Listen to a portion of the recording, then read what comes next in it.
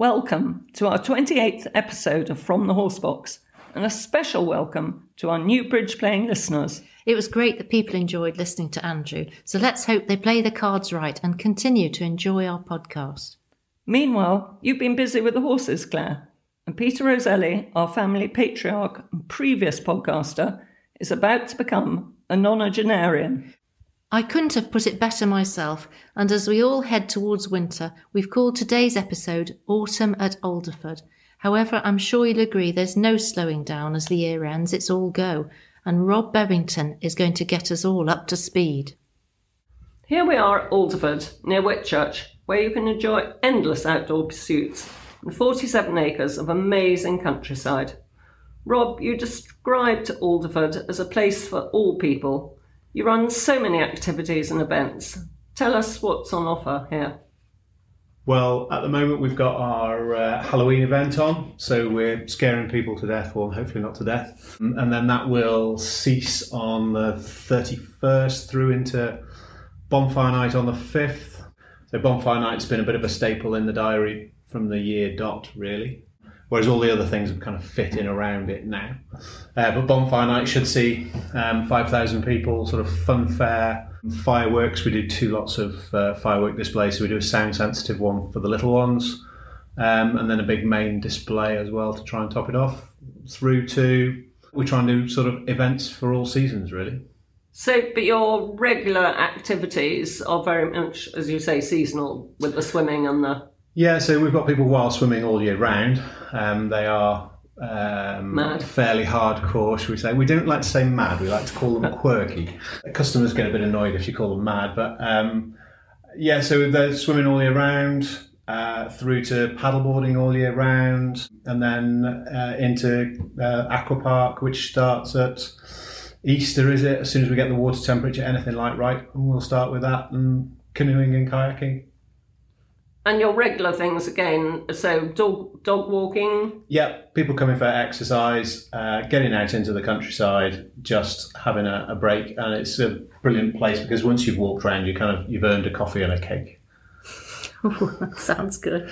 Now, Whitchurch is the main sort of travel hub, isn't it, for lots of our journeys? And you said you told us about 30,000 cars going past years ago, so it's probably double that. Yeah, I wouldn't know where the numbers are today, but that was always the figure that was bandied around. So you've got this huge sort of market.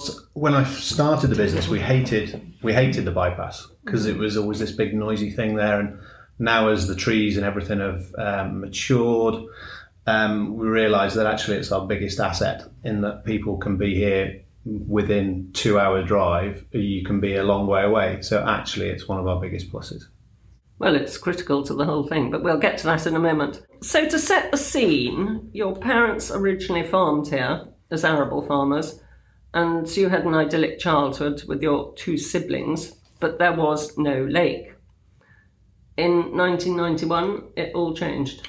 Yeah, so the Whitchurch bypass came through, and actually where we're sitting today, Dad and I were harvesting potatoes and there was diggers chasing us across the field.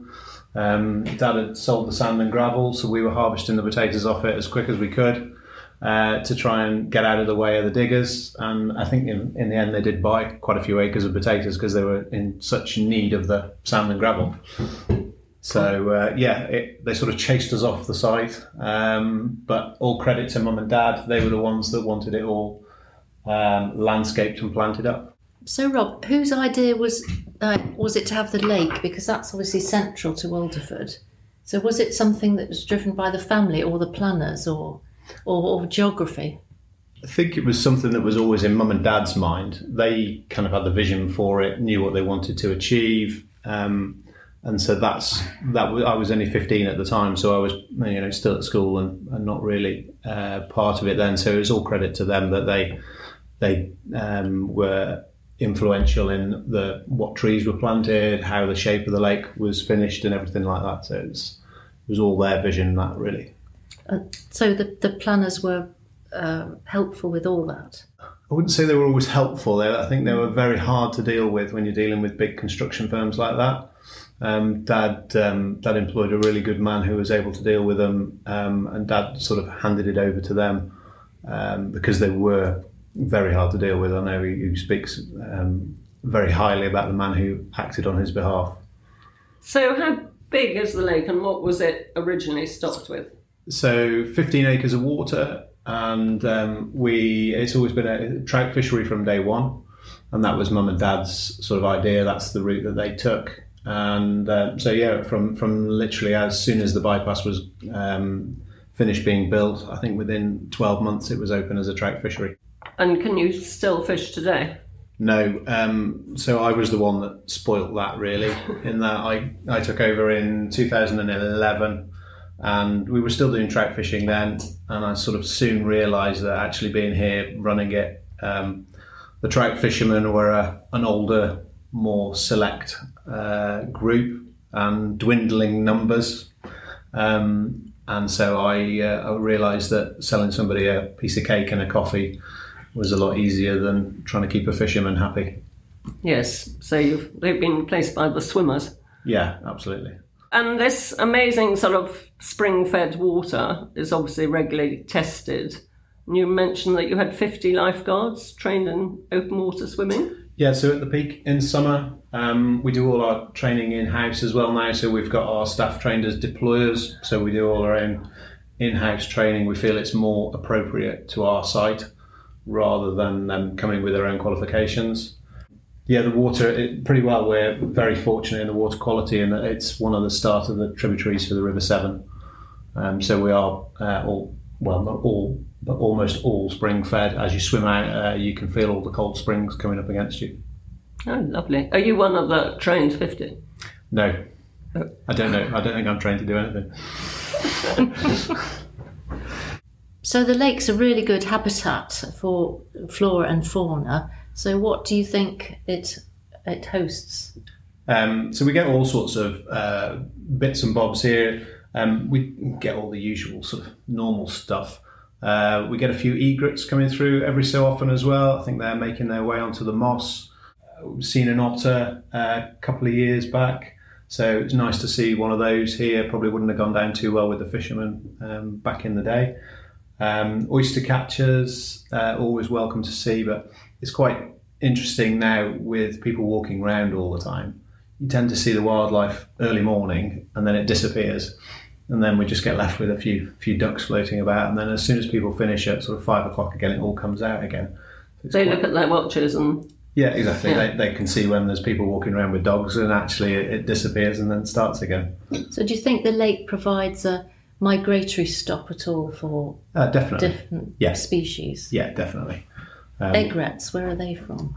No idea. Are they Egyptian or something? Kate, don't you know this? No, don't throw me under the bus. And it must be an important breeding spot as well. Yeah, I mean, in the spring it's alive with ducklings and all sorts over there. So yeah, it's nice to, I think, in a way, the people and the dogs that walk around offer it a certain element of shelter as well, because they haven't got the predators around it all the time. Well, it's certainly very beautiful. Apart from the fishing that no longer happens, it was a wedding venue run by your parents, James and Charles Bebbington, and you were contract farming in those days and then became a Nuffield Scholar in 2010.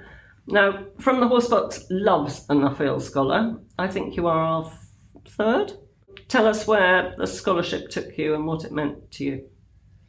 We won a farming competition, and within a week of winning just a local Wem Farms competition, Aled Griffiths had been on the phone for me to go around and have a coffee with him. So I went round and had a coffee with him, and I got there and he'd filled in my application form for me and said, "You just need to sign there, boy, and I'll send it off and sort it out for you." Didn't really know much about it at the time, but it's the best kick up the arse that I've had in a long time. He was brilliant at that. Oh, amazing. Lucky he didn't interview for any other competitions. I don't think I'd have got anything else. So where did he send you? I did America, Canada, Australia, New Zealand, China. So it was a great snapshot at 13 weeks travel all around the globe, meeting some amazing people. And where did you find the best farming?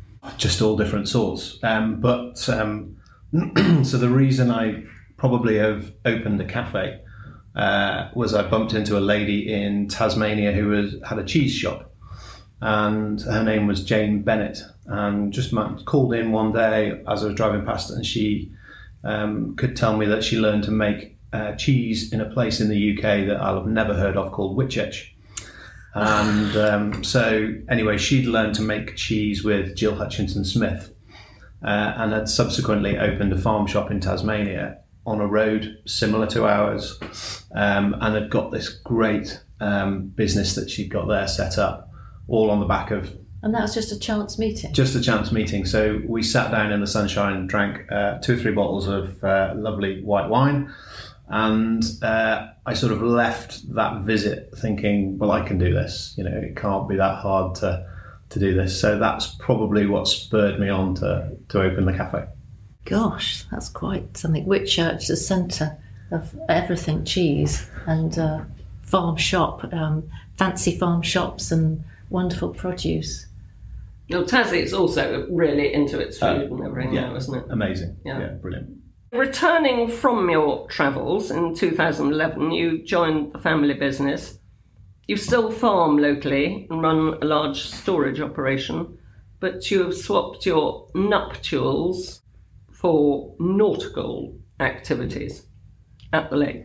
It just seemed to be the right thing to do. It seemed to be what people wanted.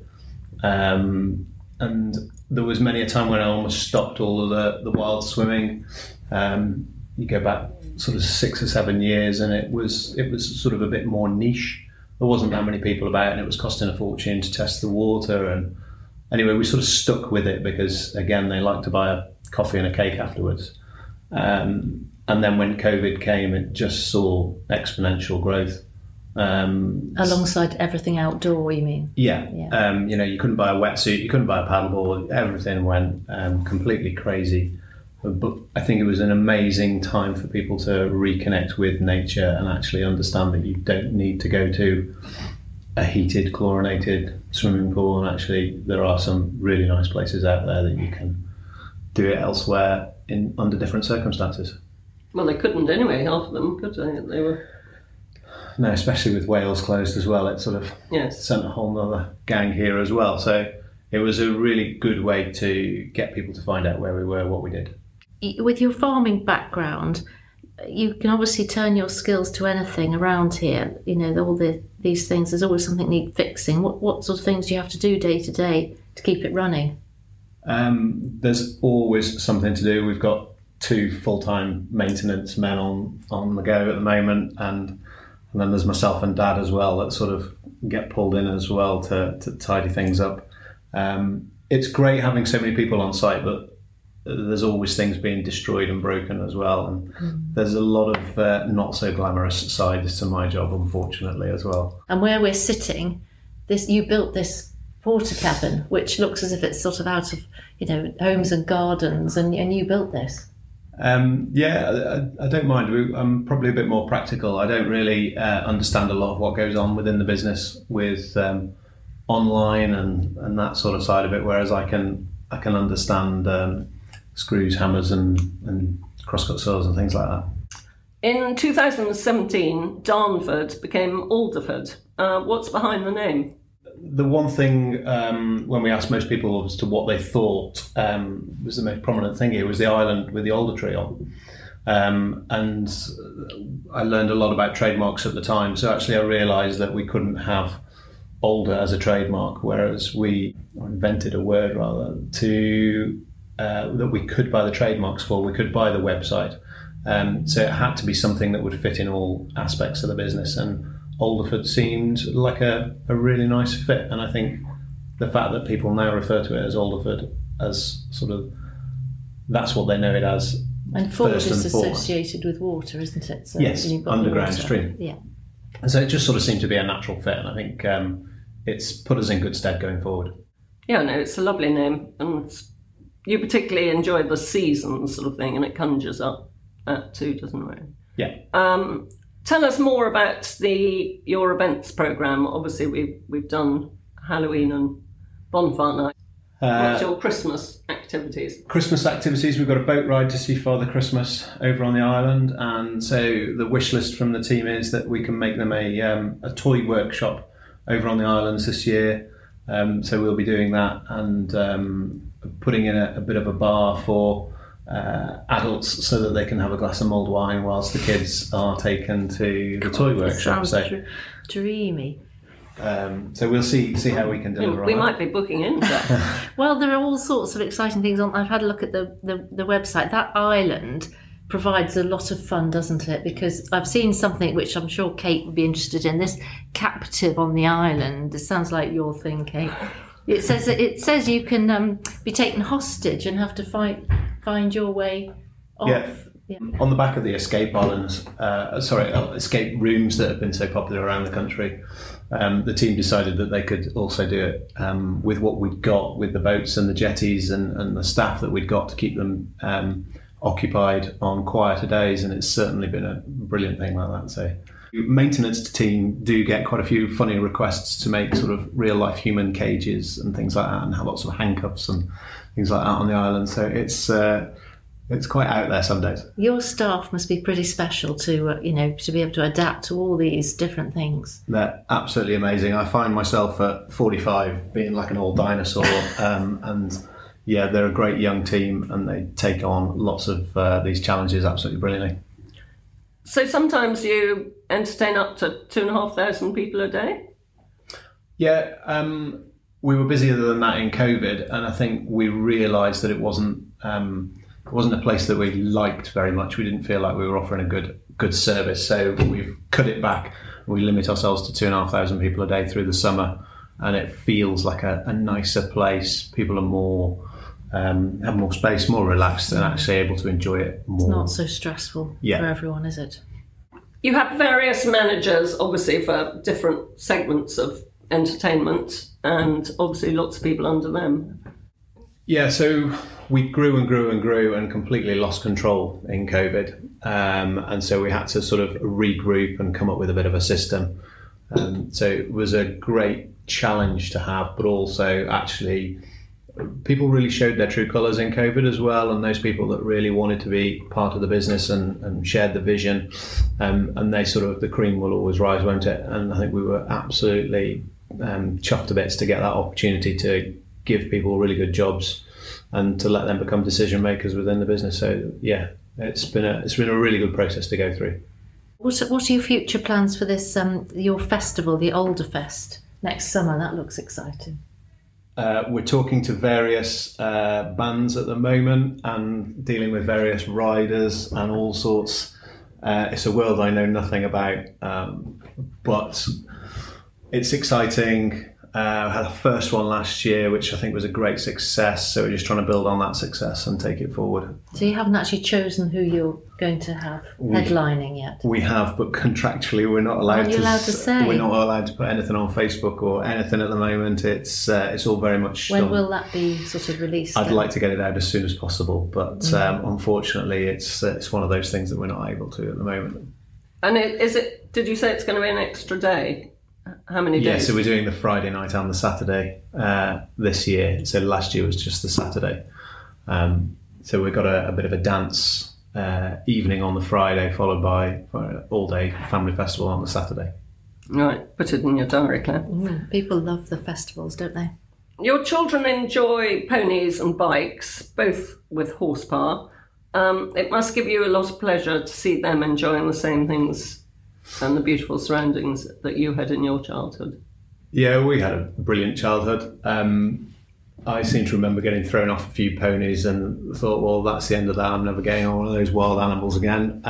Probably a bit too much too soon. So yeah, it was always two wheels for myself, and interesting to see how it's followed on with my kids. They're both actually enjoying the riding, but I did buy Ada a motorbike this year, although I seem to have spent more time on it than she has. So, Rob, thank you. There's so much going on here. I think it's amazing that you do have something for everybody to visit. So it's a big success story for the whole area. Well, we're very proud of it. We've got a great team and they're doing a brilliant job. Yeah, so it's wonderful to see. Now, to finish with, we've got some quick fire questions. So, Kate, do you want to start? Budgie smugglers or wetsuit? What a question, Kate. Claire made it up. I did not. I'm not sure anybody should be put under any pressure to see me in either, to be quite honest. But wetsuit every time. Big dogs or small ones? Big dogs. What never fails to make you laugh? Don't really know. Bit of Channel 4, Dom Jolly, Green Wing, something like that. Great to be sharing Dom Jolly with my kids. It seems to be on the same level there with humour. If you were to write a book, what would it be about? I don't think I will ever write a book, so I'm not sure it would ever get that far. It would be about how to write a book, because obviously somebody has shown me how to do it. I thought it might be a maintenance manual or something. Definitely not, no. Young farmers or Will Young? Young farmers. Nothing against Will Young, but young farmers. A real country question this. What is your favourite smell? Probably coming into work on a morning and finding that there's no coffee beans in the grinder, opening a new bag of beans, or possibly when Mad has taken the scones out of the oven, 9 o'clock in the morning. Delicious. Finally, we ask our guests to finish with a joke or an inspirational quote. I listened to Annabelle Fernall's from the Horsebox, and she'd stolen my joke already. Actually, it's a Freddie Fernall one about a man with 5 willies, but I remember that one. I don't know. Inspirational quote, probably Kipling, or maybe the man in the arena from Roosevelt. Go and have a look. Thank you very much, Rob. We'll have to go and look up those quotes. Thank you very much. Thanks for coming. Welcome anytime. It's amazing that one can live locally to Alderford and actually know so little about it, employing hundreds of staff to ensure the activities run smoothly and the beautiful and peaceful surroundings are maintained. It really is a place for all people. I can see you Googling madly, Claire. How are you getting along with those quotes? Oh, I love these quotes. The Kipling if is well known, but the Theodore Roosevelt quote was more interesting, and it says, "The credit belongs to the man who is actually in the arena, whose face is marred by dust and sweat and blood," meaning that the credit should go to the doer, basically, and not the expert on the sidelines, which can often happen. And I can tell from our interview why Rob favours this sentiment with his hands-on approach. Goodness. Thank you so much for listening. Yes, please share with your friends and follow us so that you won't miss our next episode when it could be you in the driving seat.